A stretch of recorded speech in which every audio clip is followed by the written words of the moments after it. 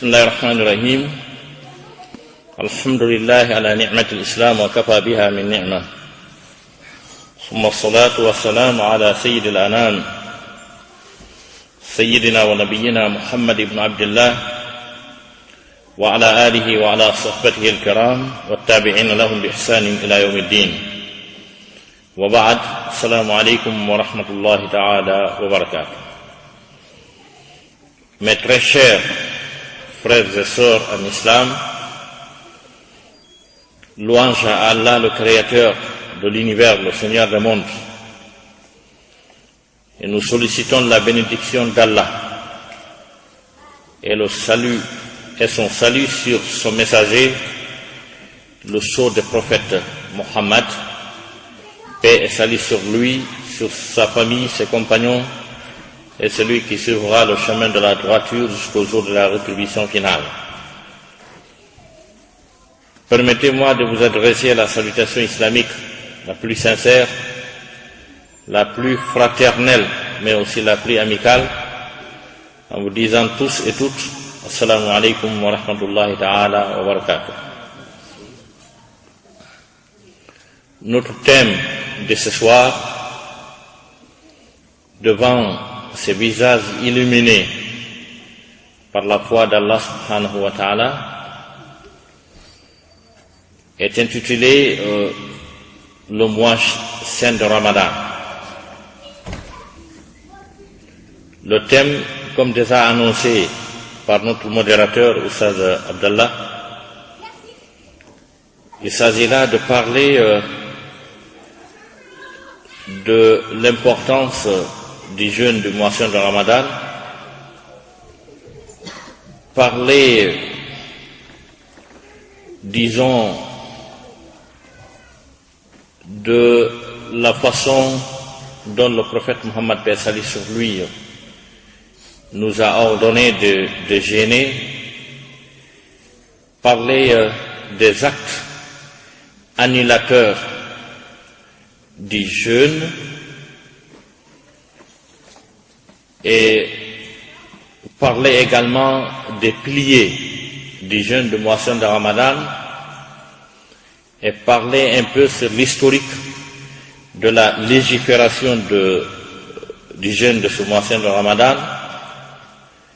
Mais avant tout ça, essayer de définir le jeûne et parler de différentes sortes de jeûne, parce qu'il y en a énormément.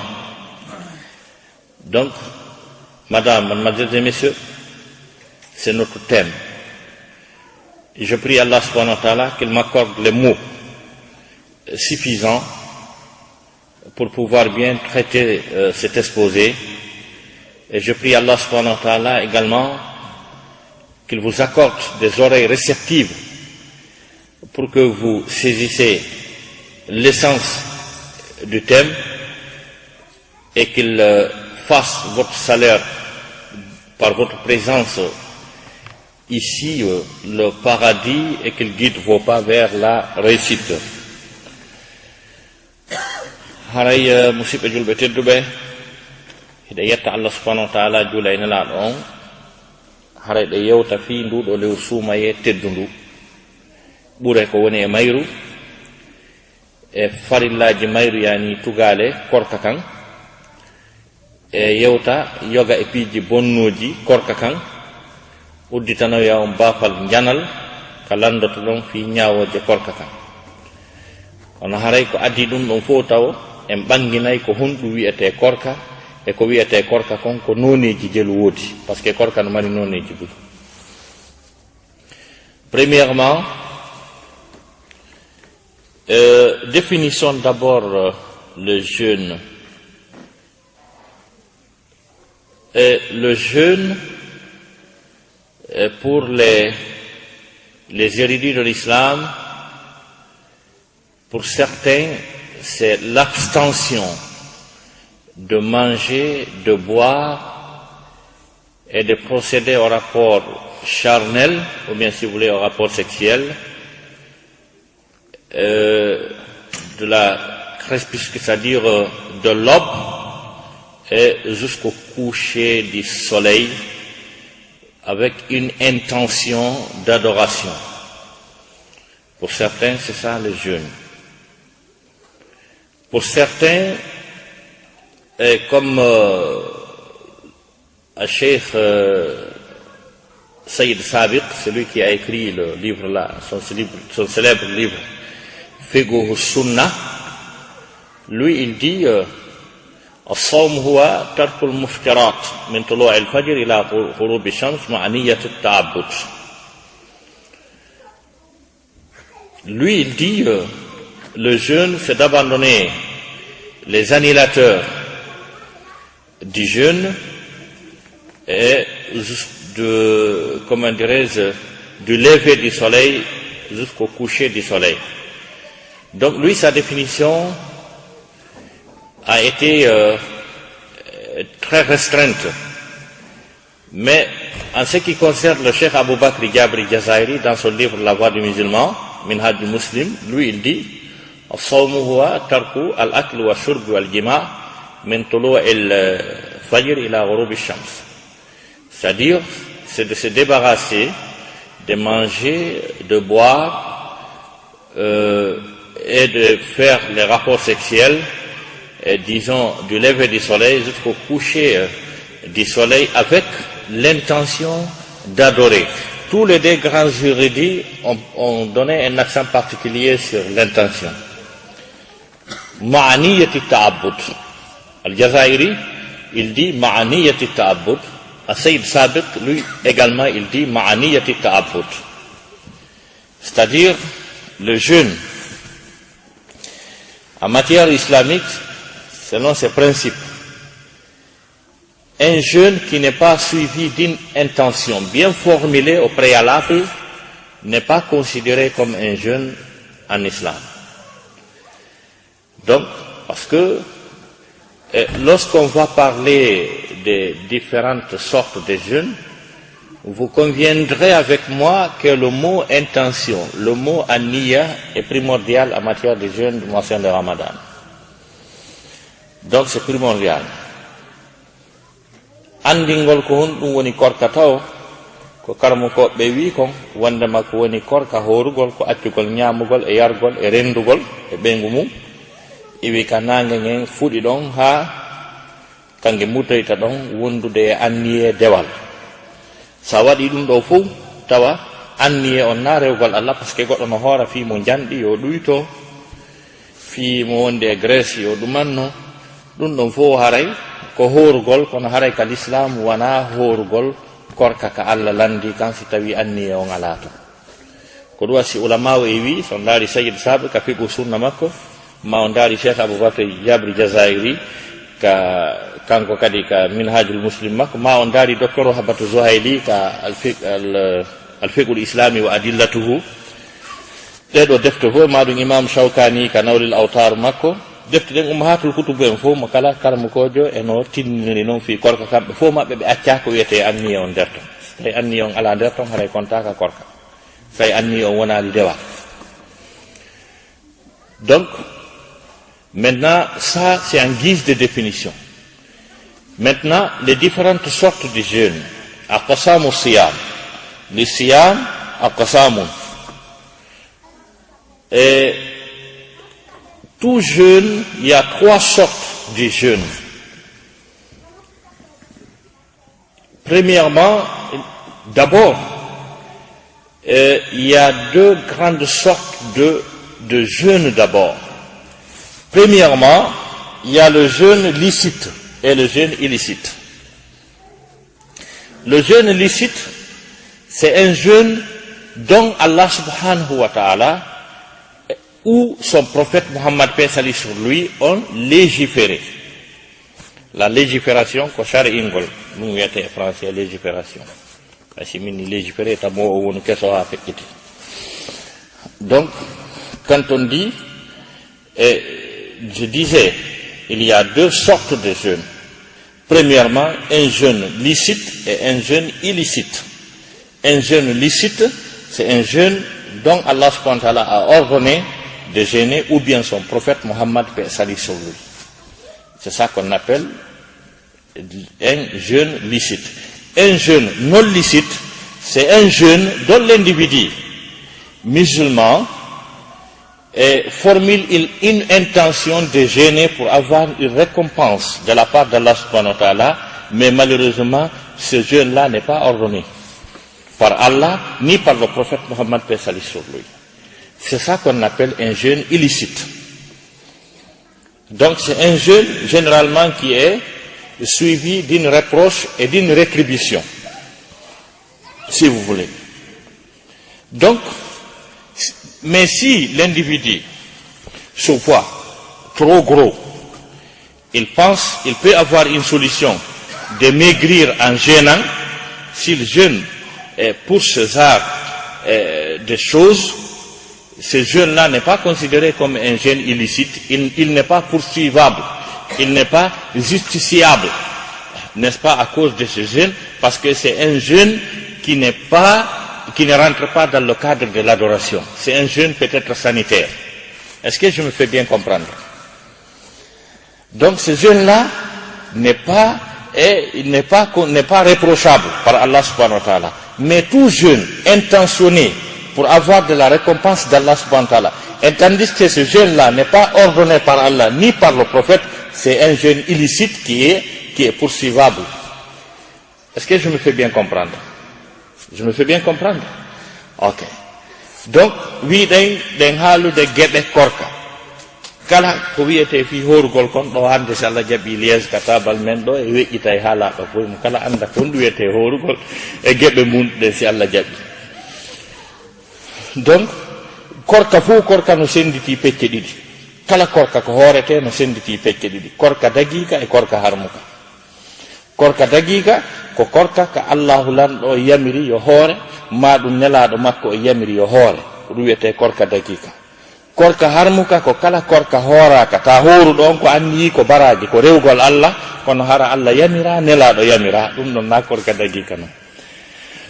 Amma noon neɗɗo no daronta no janɗi mo mari graisse, o andi o hoorugol fi yo graisse makko on ɗuyto, kan korka ɗon ka ala baraji, ka ala probléme, na korka bid'a non, ko korka ka jommum daari tun tawi yo fallir ni daaro so tawi ɗuytoto ko janɗi kon. Kono na dewal o faandi quoi, ɓayna dewal o faandi o ala probléme ka Allah.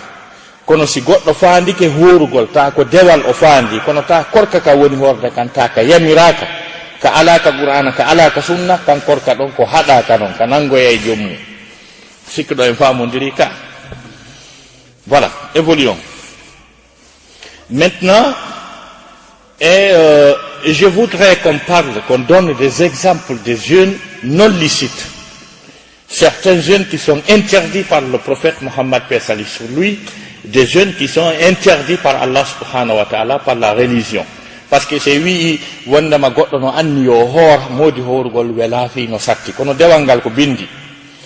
Joni noon si goɗɗo anni ke hoori haa gasi, tawa tigi tigi on kan korka ɗon ka nangoyay mo lahara, haray ɗe humpa ko sifa korkaji honɗi non gaha.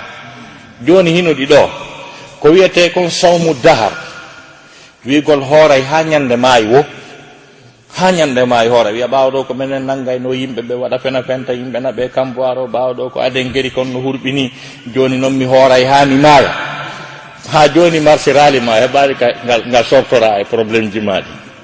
Par ce que si ɗa bonni Allah wi tun ɗa bonni mo sabboɗamo, na wiya tan mi bonnima ko ɗum ɗo kadi mi watta ka. Donc on anda e l'islam mum ko bindi mi yeto on bindi mo ɓattaki bindi o nata e probléme. Sawmu dahar horugol ha maaya ɗum dagaki, ko par ce que wonki maɗa kin a jeyaki, a dowakaki lorrude, ko Allah jeyki a luɓa. Korka no satti wigol hooray ha maaya, ɗum ɗon pellet an e wonki maki on nangudoro e lakara, Allah wallitoki régile kadi ha moƴƴa. Donc kaɗo korka ka dagaki. Ɗimmum ɗum ko wiyete alwisalatu, alwisala no dagani nelaɗo sallah sallam, kono daganaki e ngenen, ɓay ganda gundo makko on kanko. C'est à dire ko hoorugol ha e futuro continue a korka kan jemma ha gasa, tawa ñamali jemma rendali, weta bimbi kadi nangito korka kan huntoyo e on futuro ɗon. Nelaɗo waɗayno ɗum, kono enen en watta, moƴƴana en. E hoorugol kañum kadi e juma, hoorugol ñande juma, hooratake fes e juma, si wona hara nangu programme korkaji sunna hawrodira e juma.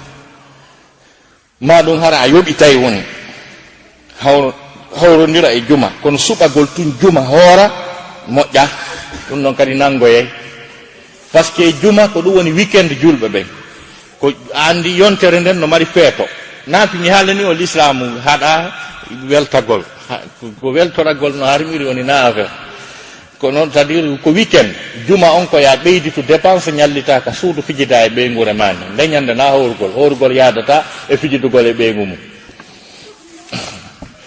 on faami ɗum hooratake kadi ñande julde hooratake ñande julde ko feeto yaada yalngal ñamugol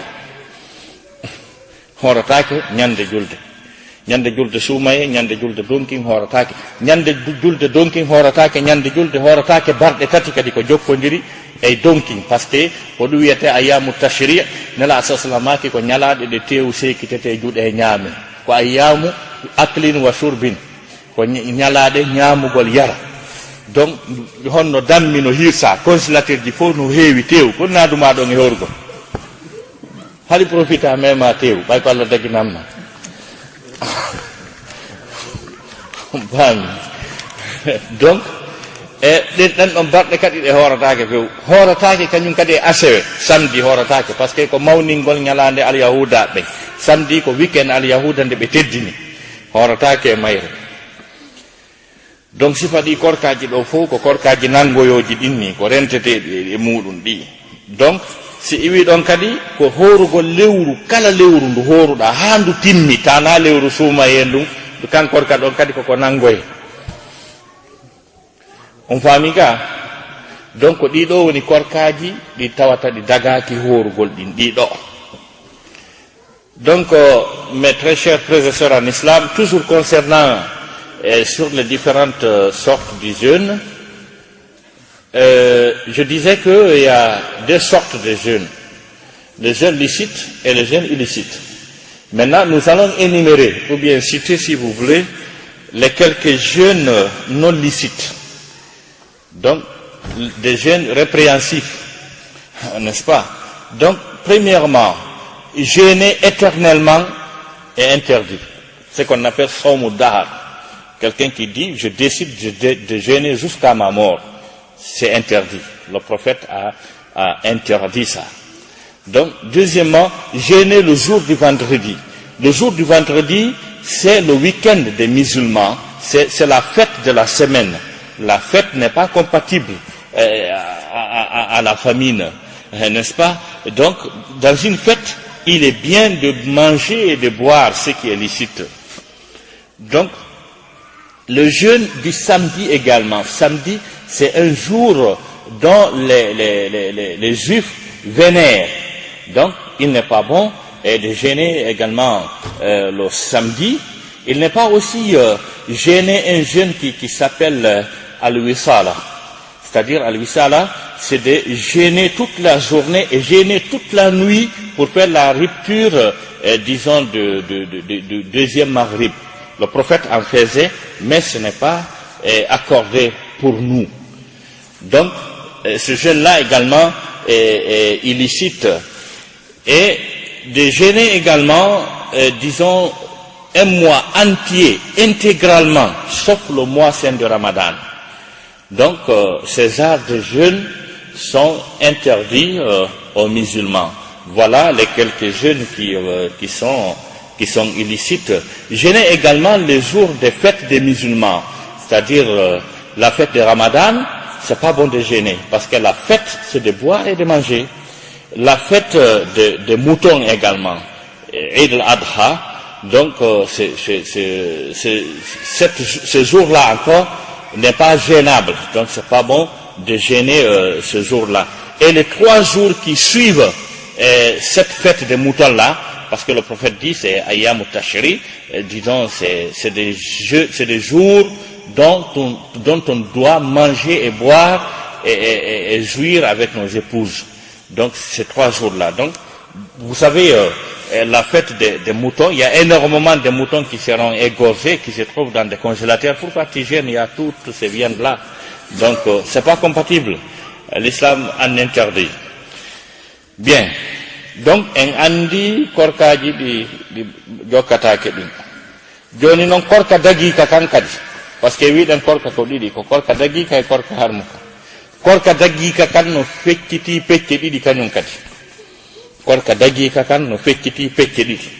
Feccere aranere nden ko korka farilla, korka farlaka kañum e korka sunna.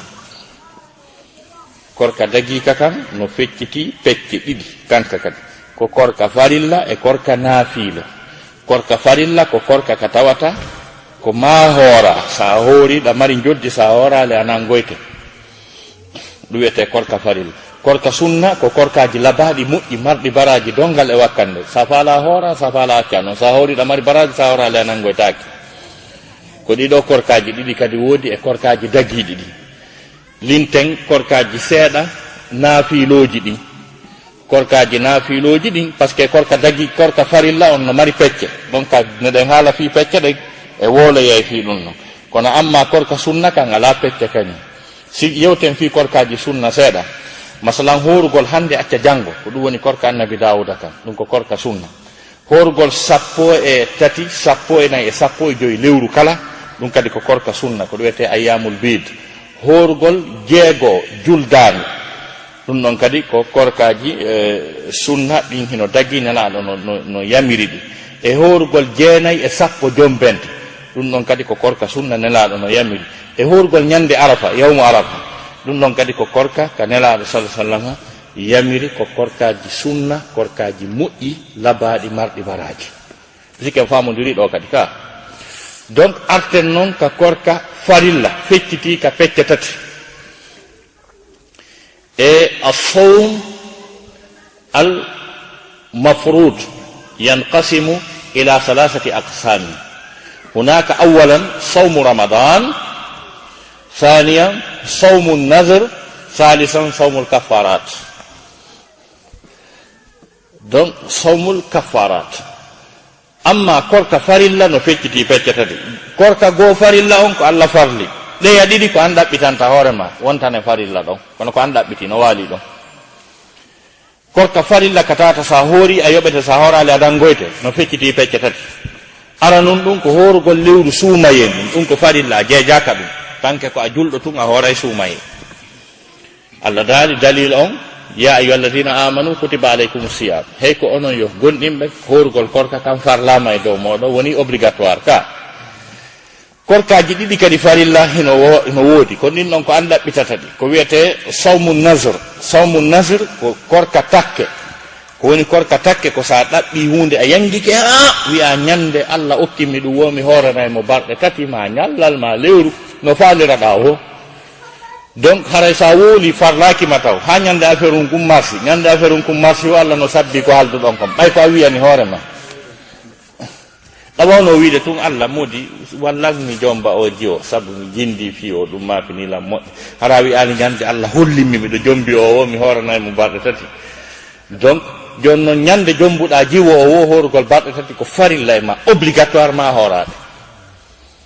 si tawi a takkiɗe ha gasi a maayi, ɓiɓɓe maɗa ɓe ronoɓen ɓe yoɓayɗe, tellement que ko ɗe woni sérieux.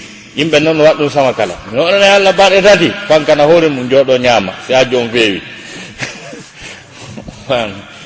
donc ɗum ɗon wiyete sawmu nasr, ɗum ɗon kadi ko farilla kono ko an ɗaɓɓitata. si wi ɗon ko wiyete sawmul kafarat, korka kafara. Korka kafara ko korka ka neɗɗo par exemple ni joni goɗɗo wiya watti ɓeygu mum yumma mum, haray mo mari laawi tati no hettitira ɓeygu makko, suwa o rinɗina dande, ma o hoora lebbi ɗiɗi jokkodirɗi, ma o ñammina miskinɓe 60. joni noon mo etikeɗo ha wi watti ɓeygu mum e honno wiyete nene mum, aya on no ardi noon kono adori noon, ko Allah ko wi taw fa tahriru raqabati, faman lam yajid fa siyamu shahrayn mutatabi'an, faman lam yastati fa it'amu 60 miskinan. donc si on tigi wi ɗum tun haray ko rinɗindani, ɓay noon ala ka itta ɗum rinɗina, andu a nangodiri e horugol. si tawi noon on tigi sella o wata horde, mais si mo wawi horde suumaye, haray mo wawi horde sawmul kafarat, ko ɗon o sabba. ɗon noon ko lebbi ɗiɗi 60 jours successive o horata so hoori balɗe 59 o ñaami ñallal gotal koye fuɗɗite à 0 go'o ha wona 60 donc sifa ɗum wiyete samul kafarat ma goɗɗo waɗi accident yimɓe maayi hay so tewaki on faami hay so tewaki so waɗi accident tum yimɓe maayi hara o tewaki fes on faami haray o horanay ɓe siko ɓe temedere ɓe fof maɓɓe ko bimana ko balɗe 60 o horanta ɓe fof quoi namo kala o horanta ɗum ɗon ɓay Allah no yurme o hawtindiranay ɓe fof o anni o hora 60 jours siko goto kadi ko balɗe 60 o horata donc ɗum ɗo wiyete samul kafarat ɗum kadi ko farilla donc mi sikki o manditike e junngo Oustaz Taybou wondema ko wiyete korka ton no fecciti pecce ɗiɗi korka dagiika e korka harmuka korka dagiika kan no fecciti pecce ɗiɗi korka nafila e korka farilla on no fecciti pecce tati korka suumaye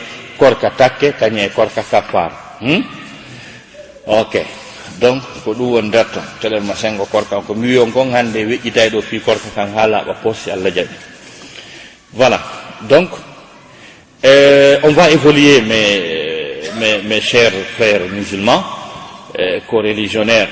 Donc j'ai parlé sur les différentes sortes du jeûne, ouais.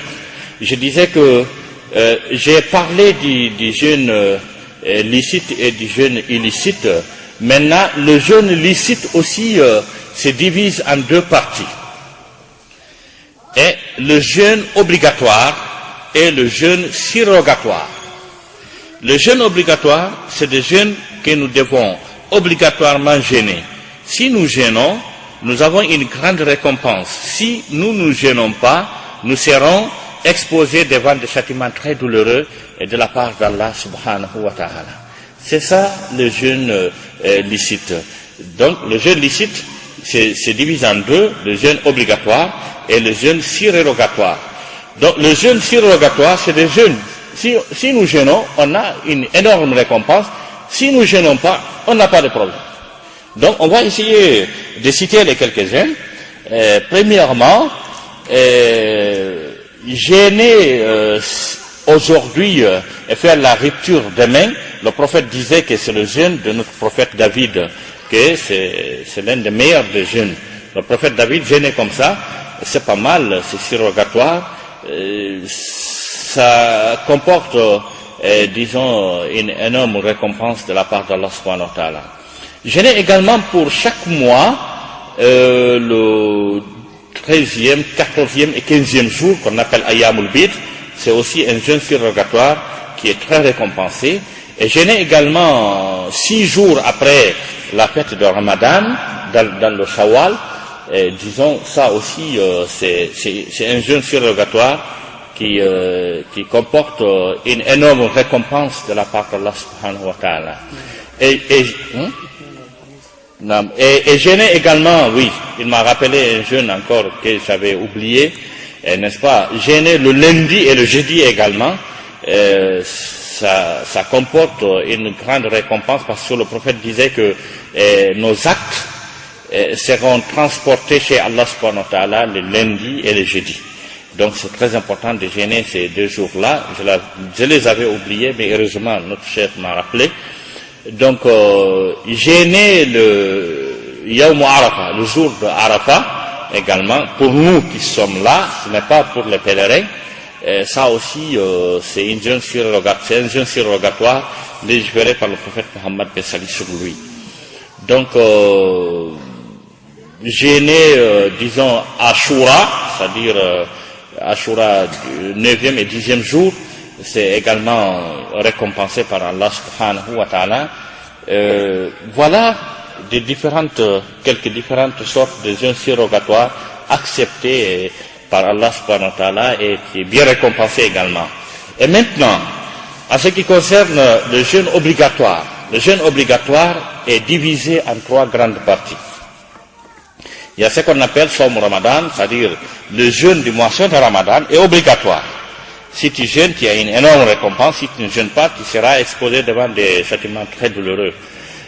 Donc, par preuve, Dieu dit dans la sourate Al-Baqarah, je crois que c'est verset 184, chapitre 3, si je ne me trompe pas, de la sourate Al-Baqarah, là où Dieu dit Ya ayyuhalladhina amanu kutiba alaykumus siyam kama kutiba ala allazina min qablikum la'allakum tattaqun.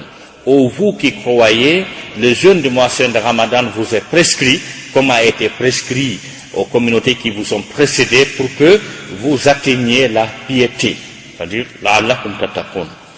Donc, il y a deux autres jeûnes obligatoires également, mais c'est des jeûnes que l'individu provoque à lui-même. C'est qu'on appelle Sawmun Nazr. Sawmun Nazr, c'est comme quelqu'un a une affaire très intéressante dont il désire ardemment de l'avoir. Donc, il se permet de dire, si Dieu me fasse ça, et Inch'Allah, je vais jeûner 2 jours, 3 jours, 1 mois, celui qui sait. Donc, dès que l'affaire est réglée, il doit jeûner. Ça devient un jeûne obligatoire sur lui. C'est ce qu'on appelle Sawmun Nazr. Eh bien, et après ça, il y a ce qu'on appelle Sawmul Kafarat. Sawmul Kafarat, et c'est des jeûnes d'expiation. C'est-à-dire, quelqu'un qui avance des propos ou bien des grossièretés, disons, vis-à-vis de sa femme, en disant peut-être, bon, je te considère comme ma propre maman, donc pour pouvoir remédier à ça, il y a une alternative, n'est-ce pas? Il fait partir de ces alternatives, disons, de jeûner 60 jours, c'est-à-dire 2 mois successifs. Donc, ou bien quelqu'un qui arrive à accidenter des gens et qu'on constate des pertes de vies humaines, n'est-ce pas? Ça également, l'intéressé doit jeûner 60 jours. C'est des genres de jeûnes qu'on appelle Sawmul Kafarat qui deviennent encore obligatoires sur l'individu musulman qui arrive à commettre ces genres de choses. Donc voilà les différentes sortes du jeûne. Et donc, comme je disais, vous savez, en guise de définition, maintenant tous ces jeûnes-là, qu'est-ce qui nous intéresse? Je crois que c'est le jeûne du mois saint de Ramadan qui est déjà proche de nous, n'est-ce pas? Donc, je parlais que, mais un jeûne qui n'est pas intentionné d'une adoration, un jeûne à but sanitaire ou physique ou sportif, ne figure pas des jeûnes interdits, ne figure pas également des jeûnes licites. Parce que le jeûne, c'est de s'abstenir de manger, de boire et de faire des rapports sexuels. Parce que dans le langage arabe, étymologiquement, le jeûne veut dire une abstinence. Même si ce n'est pas de s'abstenir de manger ou de boire, dès que tu t'abstiens à quelque chose que tu avais l'habitude de faire, tu as jeûné, dans le langage arabe. Je vais vous donner un exemple. Donc, dans la sourate Mariam, n'est-ce pas?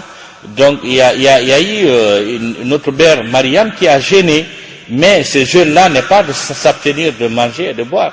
Hein? Dieu dit, فَإِمَّا تَرَيِنَّ مِنَ الْبَشَرِ أَحَدًا فَقُولِي إِنِّي نَذَرْتُ لِلرَّحْمَنِ صَوْمًا.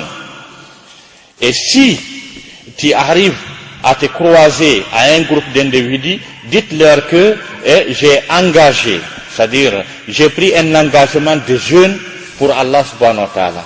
J'ai pris un engagement de jeûner, n'est-ce pas, pour Allah subhanahu wa ta'ala. Faquli inni nadartu lirrahmani sawman. Sawman ici veut dire jeûne, c'est-à-dire jeûner. Mais ici, comment dirais-je,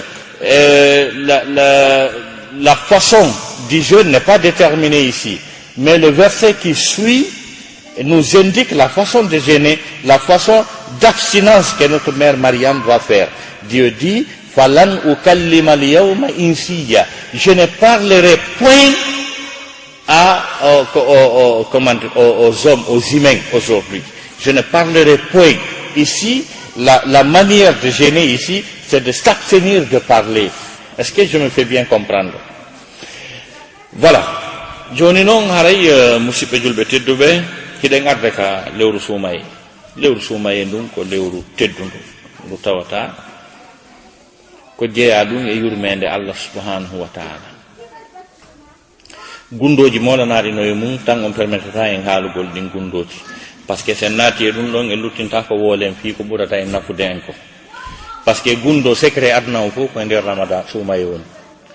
ɗi invention ji ɗon ɗo yide fof Airbus A380 internet bordo bardo fof muɗum gundo mum on koye nder suumaye woni en gande ɗin science ji fof koye suumaye yalti c'est-à-dire gundo aduna on ko fof makko ko waɗata kon fof ko feƴƴata kon fof laamotoɓe follotoɓe heɓoɓe jawdi perdoɓe voyage oɓe gundoji ɗin ɗi fof majji koye nder suumaye woni ko ɗum woni affaire suumaye on no hurɓini ha feƴƴiti keer affaire suumaye on no hulɓini ha feƴƴiti keero tigi tigi o par ce que koye suumaye on patron o watta décret ji ɗin de kala ko tora fof programme ji ɗin fof ko yiltidirte koye suumaye walaɓe laamu ko ɗon Allah signata mi okkima walaɗo ɓiɗɗo ko noon o signata mi okkima donc mo fala warde o kadi programme wareteɓe fof koye suumaye ƴettote piiji ɗin fof gundoji jani ɗin fof koye nder suumaye woni donc ɗum wal lewru ndun ndu hulɓini ha feƴƴiti himɓe jogui valeur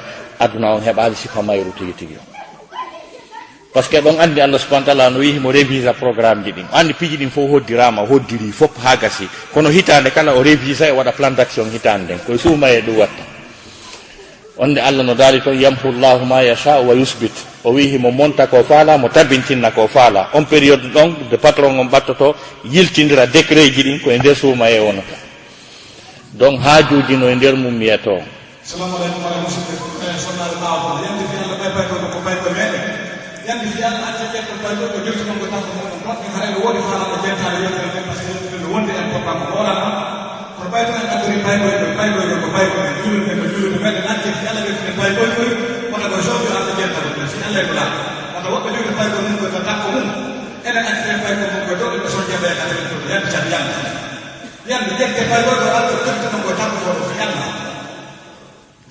donc ɗin détail ji en ngala tammajje ɗo kono mi signal mi haalan on tun ɗum ɗon yon andu wondema gundoji mawɗi ɗin fof ko yiltinirta aduna on tournama koye nder suumaye woni tigi tigi changegol oɗo aduna o wona un monde technique et technologique o wona un monde de droit un monde qui respecte les droits humains tout ça là c'est au cours de ce mois saint de Ramadan passage Qur'an no toon ko Allah wi chahru Ramadan lewru suumaye wa so goɗɗo e suumaye noon ko honɗum o wi allazi unzila fihi l Qur'an ndun lewru no Qur'ana tippina e muɗum wa so goɗɗo wiya Qur'ana ko honɗum o wi hudal linnas wa bayyinatin min al huda wal furqan ko ɗon noon ɗi piiji ɗi mi haalani o woni par ce que fewnon nde tippotono ko 7e siècle hari université ala atome andaka physique andaka internet andaka hay fus ala o 7e siècle nde tippi e nder lewru suumaye ndu ndu Qur'ana o change aduna on complètement anda ko wiyete droit de l'homme anda ko wiyete constitution anda ko wiyete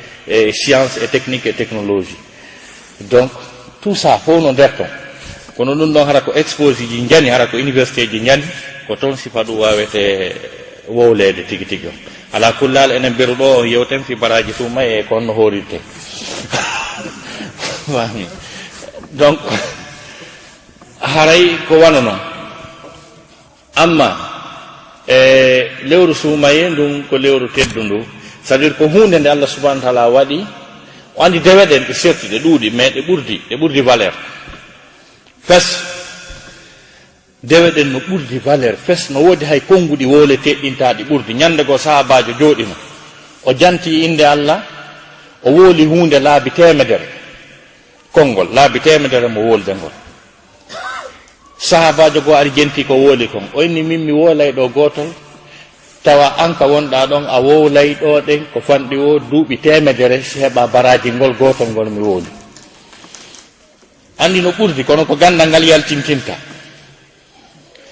tawi kanko oɗano wiya subhanallahi wa bihamdi subhanallahi l azim tawi ko ɗum woni wiide subhanallahi wa bihamdi subhanallahi l azim konngol no mari valeur par ce que nelaɗo maki ko konngol ko konnguɗi ɗiɗi yiɗaɗi ɗiɗi ka Allah foygitiɗi ka ɗengal tedduɗi ka balance andi ɗi konngol ngol no mari valeur ka o wooli ɗum laabi temedere oɗa wi miɗo mari ngol mi wola ɗo nde wotere ta a woola e ngol ɗon laabi temedere sewtoɗala ma ɗum duuɓi temedere tawi kanko wi subhanallahi wa bihamdihi adada khalqihi wa zinata arshihi wa midada kalimatihi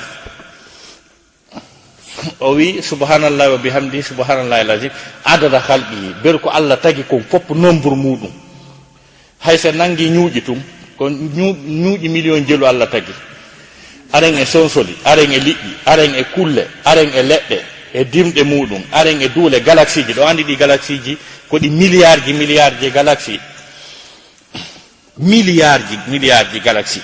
joni noon so wi mi wi'i ko wolɗa ɗo kon beru ko Allah tagi kon adada halqihi wa midada kalimatihi, beru kala konngol ngol Allah daali. ɓay wiyatake bi Allah taga ma bi ɗum ɗo ma bi nde o fuɗɗi wala fuɗɗode wala feng.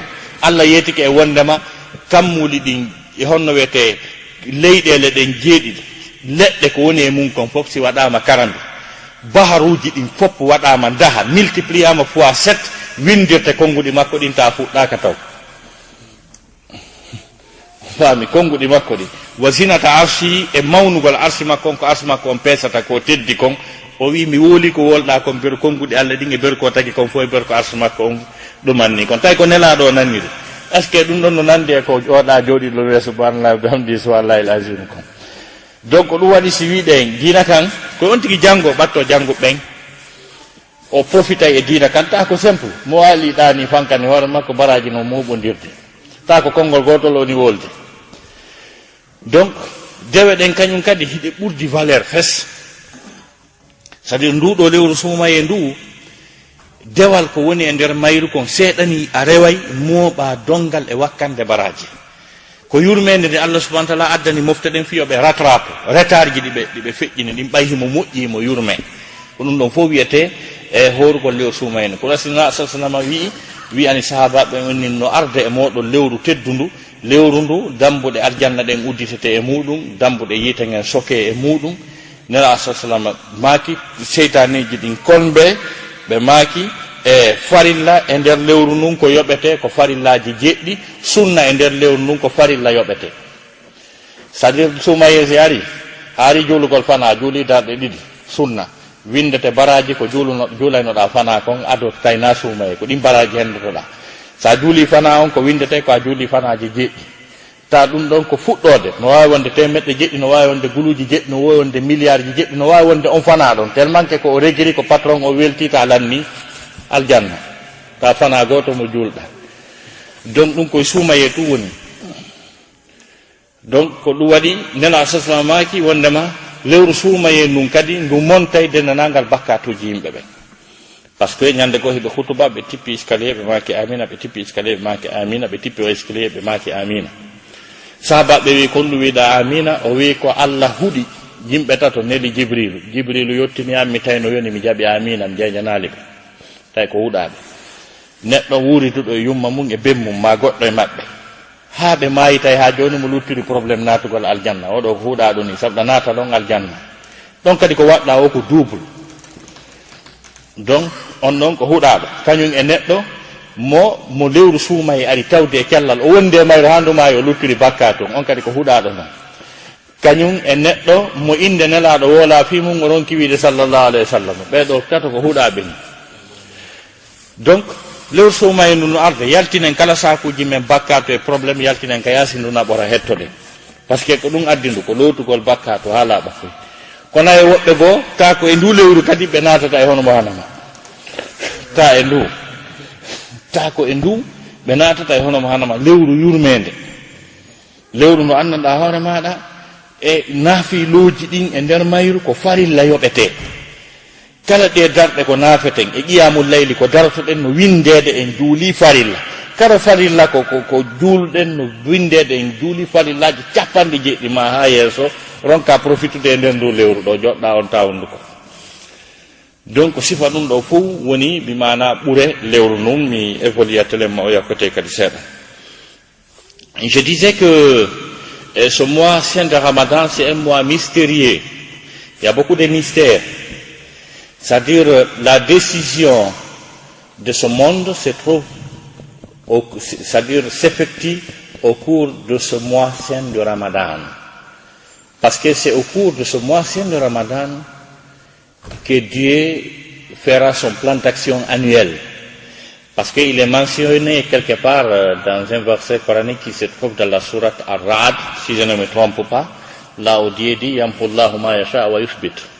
Je crois que soit Ra'ad ou bien Hijr, ça ne ratera pas ces deux chapitres-là. Yamhu Allahu ma yasha'u wa yuthbit. Donc je crois que c'est surat al-Hijr, Yamhu Allahu ma yasha'u wa yuthbit, c'est-à-dire Dieu abroge ce qu'il veut et il laisse ce qu'il veut de sa législation. Vous savez, Allah subhanahu wa ta'ala avait prédestiné toute chose, toute la créature, il avait tout prédestiné, il avait tout mentionné dans un registre qu'on appelle Lawhil Mahfouz. Et le monde est resté comme ça, néant pendant 50 000 ans avant qu'il procède à la création. Tout a été destiné. 50 000 ans avant la création, tout a été destiné. Ce grand registre qu'on appelle Lawhil Mahfouz, chaque année, Dieu procède à une révision. À une révision générale, n'est-ce pas, pour donner un plan d'action annuel. Et ça s'effectue dans ce mois de Ramadan, au cours d'une nuit, qu'on appelle Laylatul Qadr. Laylatul Qadr veut dire la nuit du décret. C'est la nuit dont le patron donne des décrets. Lui était Laylatul Qadr. Donc c'est au cours de cette nuit que Dieu prendra toutes les décisions utiles. Et cette nuit se trouve au cours de ce mois saint de Ramadan. Et je vous dis que toute cette avancée, cette poussée technique et technologique sont inclus dans ce mois saint de Ramadan. Parce que c'est au cours du mois saint de Ramadan que Allah subhanahu wa ta'ala a révélé le Coran. Et c'est le Coran qui est la mère des sciences, la mère des techniques et technologies. Avant la révélation coranique, le monde ne connaissait pas ce qu'on appelle un droit, ce qu'on appelle une constitution, ce qu'on appelle le droit de l'homme. Le monde ignorait, ne connaissait pas ça. Parce que le 7e siècle correspond au Moyen-Âge européen. Le Moyen-Âge européen était caractérisé par une barbarie et un analphabétisme total. Voyez-vous, c'est à partir du 7e siècle, lorsque le Coran a été révélé, qu'on a commencé à parler de l'atome, qu'on a commencé à parler de la science, qu'on a commencé à parler de l'électricité, qu'on a commencé à parler du droit de l'homme. Les musulmans ont allumé le courant pendant 1000 ans, avant que le blanc sache ce qu'on appelle électron ou courant. Donc, voyez-vous, donc il y a tout ça, il y a tous ces paramètres-là et qui sont inclus dans ce mois saint de Ramadan parce que ce qui a donné la valeur au mois saint de ce mois saint de Ramadan, c'est le fait que le Coran a été révélé disons au cours de ce mois saint de Ramadan, parce que c'est ce que Dieu dit, Shahr Ramadan allazi unzila fihi al-Qur'an hudan lin-nas, le mois saint de Ramadan dans lequel le Coran a été descendu. Et le Coran, c'est une direction. Dieu dit, Hudan lin-nas, c'est une direction pour toute l'humanité. Ici, Dieu n'a pas dit Hudan lil-muttaqin, Hudan lil-mu'minin et autres là. Parce que c'était nas, c'était les hommes qui s'étaient confrontés, qui se trouvaient dans une situation alarmante. C'est-à-dire, l'humanité avait besoin d'une guidée, d'une direction, d'une nouvelle direction. N'est-ce pas? C'est ce que Dieu dit, Hudan lin-nas, wa bayyinatin min al-huda. Encore, c'est des éclaircissements à partir des guidées et des directions. Donc il y a tout ça est inclus dans ce mois saint de Ramadan. Et maintenant, je disais que c'est un mois qui est béni. C'est un mois qui comporte des récompenses et d'effacement des péchés. Le prophète disait, il vous est parvenu un mois au cours duquel les portes des fournaises ou bien de l'enfer seront fermées et les portes du paradis seront ouvertes et les satans seront incarcérés, n'est-ce pas? Donc le prophète dit tout acte surrogatoire est récompensé par un acte obligatoire. Tout acte obligatoire est récompensé à partir de 7. N'est-ce pas? Il y a tout ça. Donc c'est un mois béni, un mois plein de bénédictions d'Allah subhanahu wa ta'ala. Donc profitons amplement de ce mois, parce que Allah subhanahu wa ta'ala a maudit celui dont ce mois-là trouve en pleine santé et qu'il a la maturité, al-bulugh, n'est-ce pas? Et qu'il néglige jusqu'à ce que ce mois-là s'en va et qu'il reste et comment il demeure avec des péchés encore. Il est maudit parce que c'est un mois qui est vraiment très favorable pour le musulman, n'est-ce pas, d'avoir des récompenses et de se voir leurs péchés effacés également. Donc, joni non ko honno non lewru ndun horirte no wodi piiji e lewru ndun tanin ɗon naaɗi pijirteɗi piiji ɗiɗi pet yani tugale korka kan arkanu sawm. Donc arkanu sawm tugale korka kan ko ɗiɗi ko ɓenta kon anniyatu wa zaman. Anniyatu wa zaman ɗum ɗo won tugale korka kan ɗo kala ko bonti ɗon haray lanni korka kan on tigi sallimike. Donc ara nun ɗum ko anni on kañum e tan on. Anni on ko on tigi anni on no horude ta ka ɓernde mum ga no horude, zaman on ko tan on c'est-à-dire o fuɗɗo korka kan iwi ka wiya ɗon o daro ka wiya yo hattu ɗon. So ñaami hakkunde ɗon tun lanni ko haɗa kon, so memi hakkunde ɗon haray korka kan boni, so hori kadi ha timmi kono ta anni on régulali haray boni. Worɓe ɓen no wawi anniyade ñande weetay suumaye on jemma ɗon anniyoɗa Allah mi annike horangol ma nduɗo lewru suumaye ha ndu lanni c'est fini nawigol ñande o ko ya anniyo safala kadi ñande o anniyo to anni on kadi na wowlugol parce que ya piɓu tun ka ɓernde maga ɗum ɗo tawima ɗa weltori ɗa wadde fi baraji ko won nder ton ko. Donc amma rewɓe ñande o ɓe anniyoto ñande o ñande ɓe anniyoto par ce que kamɓe ɓe mari programme ko bonnitanta ɓe programme mum ɓe andande arata. Donc ko ɗiɗo ko anniyatu wa zaman ko ɗum ɗo woni arkanu sawm. Joni noon no woodi piiji ɗi tawata bonnoji kadi bimana korka kan. Ko bonnata korka kan ko jaamugol ngol e yargol ngol e rendugol ngol ɗum ɗo tum bonnata korka. Ɗum ɗo tum so on tigi ñaami maɗum o yari maɗum o rendi. Donc kala noon no woodi piiji gono toon kadi wawɗi bonnude korka kan nanditayɗi e ɗiɗo. Masalan si tawi on tigi fijiri hoore muɗum ha ndiyan ɗan tigi tigi yalti mani on haray ngal ñallal ɗo ngal boni on tigi yoɓoyay ngal. Donc si tawi noon on tigi ñaami ta o ñaam o tawi pas o ñaami haray korka makko kanka boni ngal ñallal ɗon ngal boni tigi tigi o.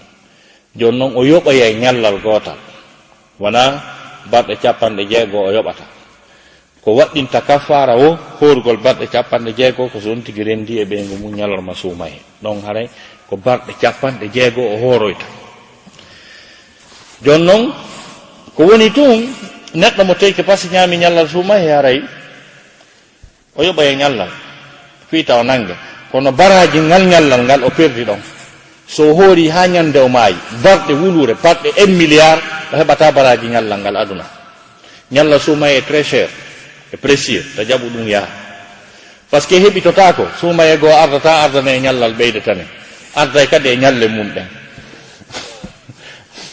sa perdi ñallal golɗa suumaye heɓitata ngal aduna lanni. Joni noon baraji ko woni e ñallal gotal comme mo hoori duuɓi guluji 1 milliard duuɓi ta mo horude jemma e ñalnoma o heɓata baraji ñallal ngal. Mais on tigi yoɓay tun ñallal fi taw nango e kono baraji ɗi gara e fuutike mo. Donc ko ɗum ɗo won nder ton wiɗen ko bonnata korka kan ko si on tigi ñaami ma o yari ma ɗum o rendi ko ɗum bonnata korka kan tigi tigi on. Ko woni tugale korka kan ko anniye on kañum e tan hooreteɗo o ɗi tata ɗiɗo piiji ɗen hani wattande hakkille e majji.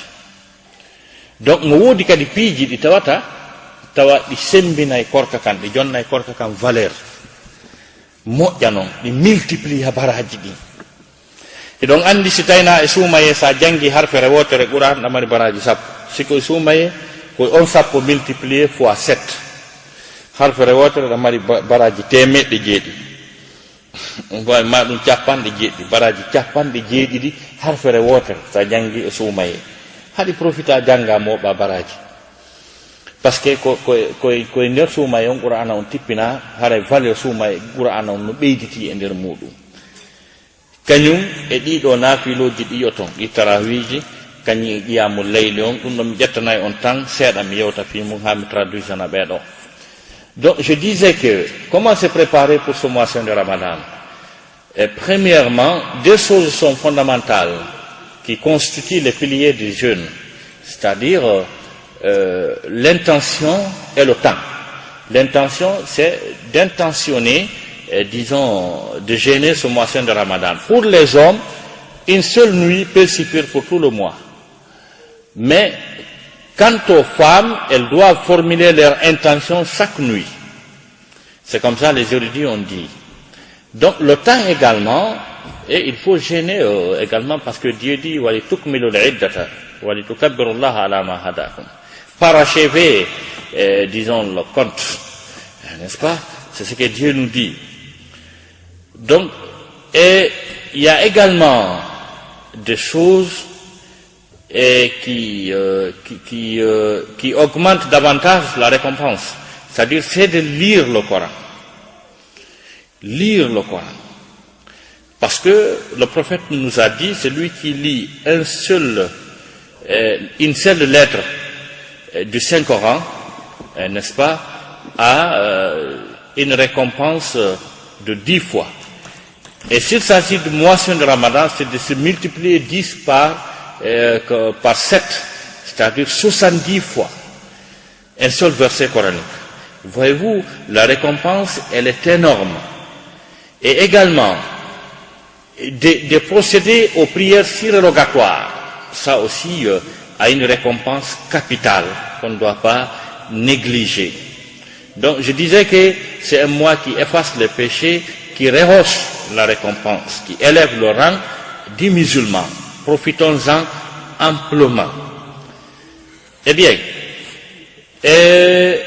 joni noon juulugol ngol jemma e nder lewru ndu oɗo tarawi ɗum ko hunde labande, ko hunde nelaɗo ɗum sunninno nde kamɓe sahaba ɓen ɓe waɗayno no mari baraji dongal e wakkande. Donc j'ai oublié de vous parler des actes annulateurs du jeûne. Ce qui annule le jeûne, c'est de manger, de boire et de faire le rapport sexuel. C'est ce qui annule le jeûne. Donc, celui qui se permet de manger, n'est-ce pas, par exprès, un seul jour du moisson de Ramadan, ce qu'il doit faire, c'est de récompenser ce jour-là, après le Ramadan. Donc, kafara, c'est-à-dire il n'est pas appelé à s'acquitter d'un kafara, ou bien d'une expiation si vous voulez, parce que le kafara concerne seulement celui qui fait des rapports sexuels avec sa femme, et pendant, c'est-à-dire dans la journée dans une journée de moisson de Ramadan, celui-là doit jeûner 60 jours. Mais à part de celui-là, doit jeûner seulement un seul jour. Mais le problème c'est quoi? C'est que la récompense d'un jour de Ramadan, on ne peut pas l'avoir. Parce que même si l'intéressé jeûne 100 000 ans, il ne peut pas avoir la récompense d'un seul jour du moisson de Ramadan. Et il ne peut pas avoir un autre jour encore, parce que chaque Ramadan vient avec ses jours au complet. Voyez-vous, c'est ça le problème. Jonnon haray nafiloji ɗin koye wattan hakkil e nafiloji ɗin kañi okkugol suumaye okken moƴƴa ko okka o double to multipliété nene Aïcha ɓe makinelaɗo haade no okkayno ha kono koye suumayeɓe ɓurayno okkude wona wa huntingol adde ñameteji mon ɗi ga julɓe ɓe ñamana on ɗi par ce que kala mo huntinɗa haray baraji ko heɓi kon fof e nder ñallal ngal ko jangi qur'ana ko wi subhanallahi kon fof ko hoori kon fof ber ko yoɓa waɗa jogii ɗum hara ko makko kon ɗuytaka est ce que o yii ɗum ko sahaba ɓen kamɓe hari ɓe famuno ɗum ɓe famuno on tactique mo kala addayno ko huntare mum ndin ka oya ñaama huntare oyan ndin oya kadi ñaama huntare oyan ndin ɓe waɗa permutation ɓe mooɓa baraji par ce que a yeeyi woɓɓe goy si ɓe addi ga copie ngaray ɓe jokki kum ɓe ɗeɗɗi kum saga maɓɓe kamɓe tu ñamata kum he oɗa ɓira yarduka acciɓe ɓe ñamane heɓa baraji donc o andi l'islam on ko gandal ko faamu mi simi hoori ñallal ngal fof mi huntorike ko mi ñaami kon ko ɗum mi mari simi hoori ñallal ngal fof mi huntorike ko oɗa defi kon haray mo mari baraji ñallal al ngal ko okta ko an kon ɗuytaka so oɗa huntori copie un an kun haray miɗo mari baraji ko heɓi kon fota ko an kon ɗuytaka hadi waɗa ɗum seeɗa faala ñamugol ko ma ko wiya madame ma yo sendude ko yata to ko waɗanami seeɗa arasi mi arimi ɗum annon ara na ya ɗeɗɗu koppi kon ga jollirde ga donc sifa ɗin piiji fof ko wattangol hakkille ko nela sa sallam maki wondema mo huntini horuɗo haray mo mari baraji ñallal makko ngal kala dewal ko waɗi na hay korka kan donc o andi ɗum ko avantage monanaɗo noon donc huntine yimɓe ɓen c'est très important e nder suumaye on adde fi sabillahi no waɗede fi ɗo fi suumaye on jama o yo memmin jifaji ɗin memminanogoy ka ɗuma nanen ka juma on ɗo kadi en annitinni kadi donc nafiloji ɗin ko ɗi très important eɗi multiplier baraji tentinima non o qiyamul layli daragol jemma juula ɗum no mari baraji parce que c'est à dire daragol jemma juula jonnay place ji ka aljanna labaɗi moƴƴi noon ndaare hay nelaɗo sallah sallam place molanaɗo no ka aljanna annabaɓe fof ko toon faala fuɗɗori annabi nuhu annabi ibrahima en ɓe fof ko on place ɓe faala on hôtel ɗon nelaɗo tawi kañum kan no faala on hôtel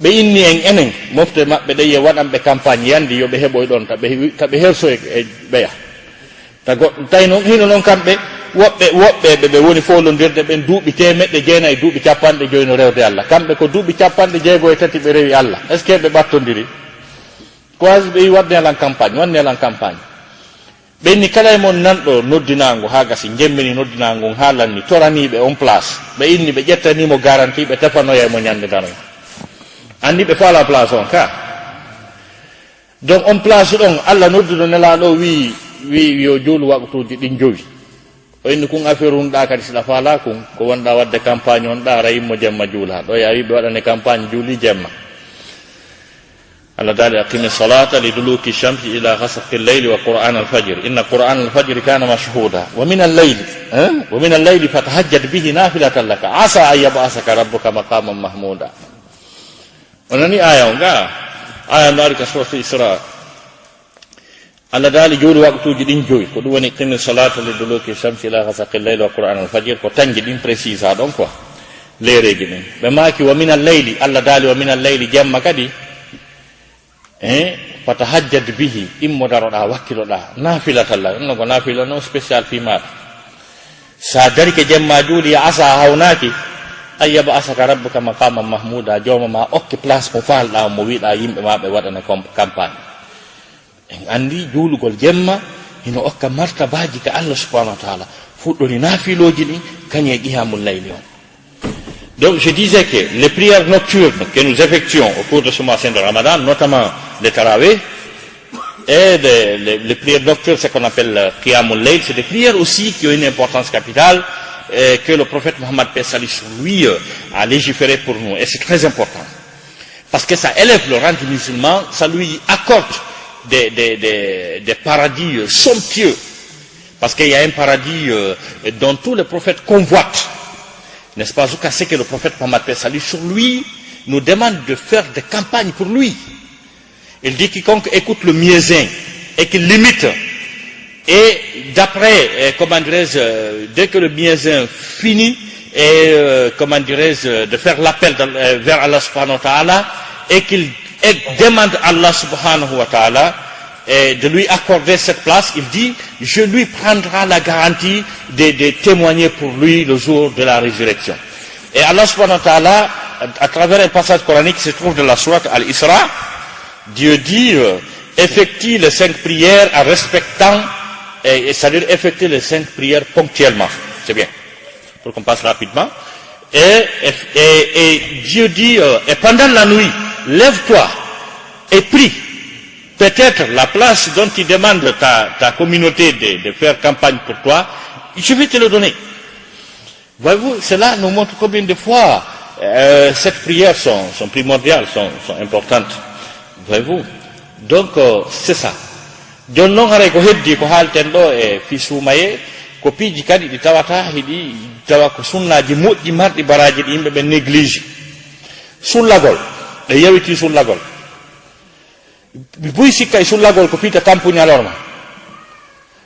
Sullagol no mari baraji dongal e wakkande, hay so tawi a yiɗa ñamugol jemma immo ñentina nelaɗo yara kuyerum tew ndiyam mooɓa ɗi baraji ɗon.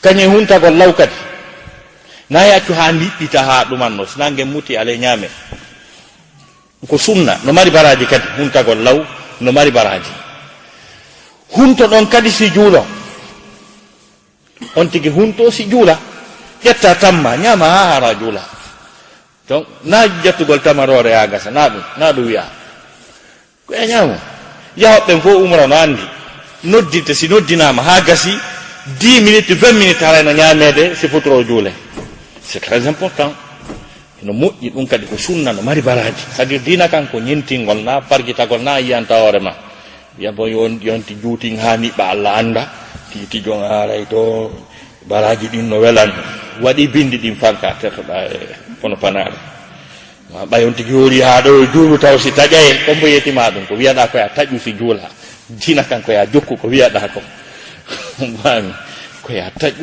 ko ɗum ɗon kadi wallinta haqqille neɗɗanken o juulata mo andi ko o juuli kon na ɗum haray mo andi o pagaya woni tawi ɗa reni miran hoy kono ɗa andi ɗa ko ketum ɗa ko futti ɗa ko ɗum ɗa ko ɗum fof no jooɗi ɗon karamo koyen no uurdema wi sappa ñamal ɗon seeɗa haɗa ɗa andi anda ko jokkuɗa donc ɗo noon ñaami noon juula taɗa andi ko juulɗa kon par ce que andi ñande goo woɓɓe tummodirnoɓe pooɗi keri tawi ko kile ɓe pooɗi keri yaala sara heewi tawi ɓe soƴƴali ñamete aroy woɓɓe juule hana sara o ñaame woɓɓe ñameni juulen ɓe yeddodiri ha ɓe fottani ɓe juulu si ɓe ñaama ɓay ɓe juuli ɓe salmini tum mawɗo yette jallojo goo wi ɗon mawɗo o wi o kaka juuleten ɗo mi anditi ko honno sendirten ɗi nafakkaji jaka andi bi habbirama o ɗon no karkilde wi ɗi ñameteji ha salmina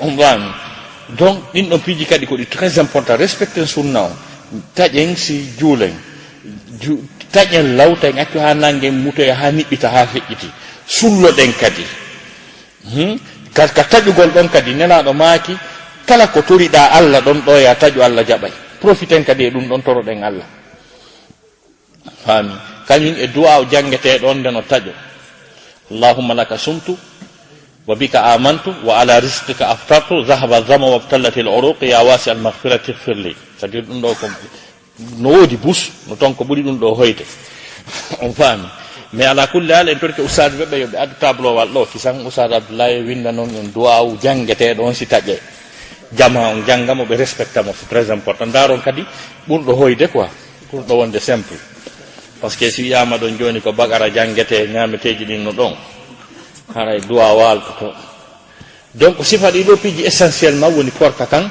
ko ɗiɗo piiji wattanten hakkille joni noon mi acciday on nden e question ji kala ko humpa ɗon lando ɗon effectivement ko ɗo mi darni yewtere nden haray kaka débat ji e waweten arde mi firtana ɓeeɗa seeɗa. Donc il y a des choses également que nous devons observer au cours de ce mois saint de Ramadan, des choses que nous considérons éphémères mais qui ont sens, des choses qui ont un sens dans le jeûne du mois saint de Ramadan. Premièrement, c'est la nourriture nocturne, ce qu'on appelle as-suhour. Donc c'est une sunna de la part du prophète Mohammed sallallahu sur lui. Ça comporte beaucoup de récompenses. Même si c'est boire un verre d'eau, c'est pas mal. Et de procéder à la rupture le plus vite possible. C'est-à-dire qu'il ne faut pas attendre jusqu'à la tombée de la nuit pour procéder à la rupture. Et de manger également, de faire la rupture avant de prier le maghrib. Et ça, c'est très important. Et procéder à l'invocation, un doigt, avant de procéder à la rupture. Parce que c'est un doigt, j'ai ordonné à notre Oustaz Abdallah de nous écrire ça ici pour que les gens apprennent ça et qu'ils pratiquent ça. C'est très important. Donc, il y a tout ça qui, parce que si on n'arrive pas à manger avant de jeûner, certainement on va prier dans l'incertitude. Et c'est pas bien. L'islam aime ce qui est sincère, ce qui est certitude. En quelque sorte, il faut nous mihaali don do kana lutti comme firanali be. Bien, notre Oustaz Abdallah nous a également rappelé de procéder à la retraite. La retraite, c'est ce qu'on appelle l'itikaf, procéder à une retraite, disons, dans les 10 derniers jours. Les 10 derniers jours, n'est-ce pas? Donc, c'est bien. Ça aussi, le prophète en faisait. Le prophète a toujours fait la retraite, ce qu'on appelle l'itikaf. J'ai parlé également des de prières nocturnes qui comportent une récompense énorme. J'ai parlé de tout ça. Bon, finalement, je pense que c'est ce que j'avais à dire concernant de ce mois saint de Ramadan. Et je vais vous laisser, je vais vous ouvrir une grande porte de débat si vous avez des questions à poser, des questions qui sont relatives, disons, au bon déroulement du mois saint de Ramadan. Et je vous remercie très infiniment du fait que vous m'avez prêté votre temps qui est très précieux en milieu occidental. Et je prie Allah subhanahu wa ta'ala qu'il fasse de vous des bons musulmans et qu'il guide vos pas vers la réussite. Salam alaikum.